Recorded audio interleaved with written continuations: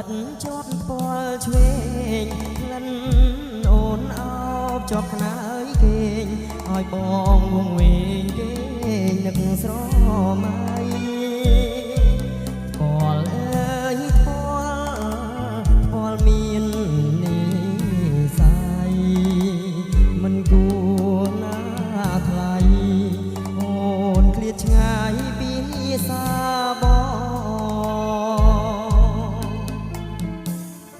ពេលនេះឃ្លាតកាយឆ្ងាយទៅទាំងក្លិន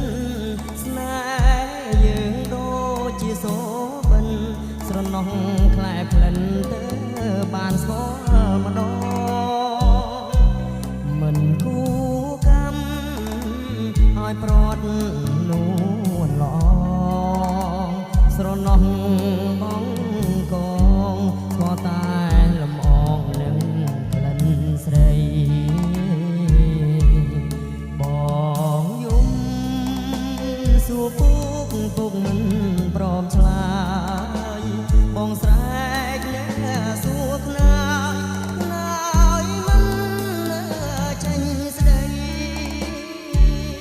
បងផ្ដាំតាមខ្យល់ក្រែងបានដល់ស្រី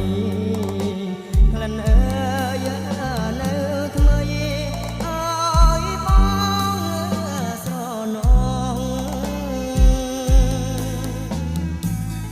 តើអូនដឹងទេថាបងនឹក